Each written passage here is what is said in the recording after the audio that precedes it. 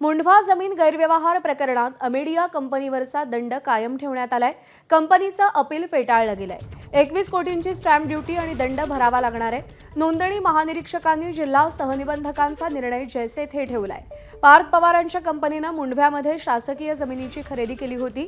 अमेडियामध्ये पार्थ पवार यांची 99% भागीदारी आहे, त्यामुळे दंड अप्रत्यक्षपणे त्यांनाही लागू होतो।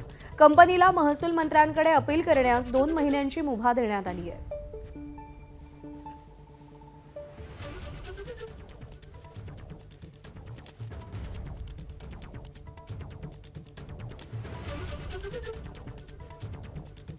मिकी घाई आपले प्रतिनिधी आपल्याला अधिक अपडेट देतील। मिकी, दंडाची रक्कम आणि जी काही शुल्क भरायला लागणार आहे ते कायम ठेवण्यात आलेलं आहे। काय आदेश मिळालेले आहेत नेमके?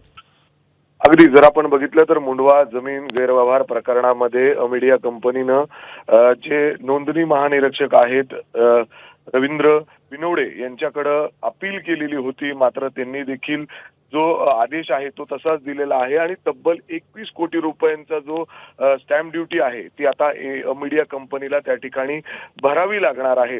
खरं तर ज्या पद्धतीने ते अपीलमध्ये गेलेले होते की ही दंडाची रक्कम आम्हाला जी स्टॅम्प ड्युटी आहे खरं तर ती माफ करण्यात यावी, कारण हा संपूर्ण जमीन जो प्रकार आहे जो व्यवहार होता तो आम्ही रद्द करण्यात आलेला आहे। मात्र जो दंडाची जी स्टॅम्प ड्युटी आहे ती 21 कोटी रुपये ती त्यांना आता भरावीच लागणार आहे आणि जवळपास पुढील महिन्यापर्यंत 1-1.5 महिन्याचा जो कालावधी आहे त्याच्यामध्येच ती रक्कम त्यांना त्या ठिकाणी भरावी लागणार आहे। एवढंच काय तर अमेडिया कंपनीला आता महसूल मंत्र्यांकडे थेट अपील करता येणार आहे। हे एक शेवटचं त्यांचं अपील असतं, त्याच्यानंतर थेट कोर्टात। मात्र आतापर्यंत जर आपण बघितलं तर अमेडिया कंपनीने ज्या पद्धतीने अपील 2 ठिकाणी केलेलं आहे, दोन्ही ठिकाणी त्यांचं अपील त्या ठिकाणी फेटाळण्यात आलेलं आहे आणि थेट आता त्यांना जवळजवळ हे निश्चित झालेलं आहे की 21 कोटी रुपयाची जी स्टॅम्प ड्युटी आहे ती आता नक्कीच भरावी लागणार आहे।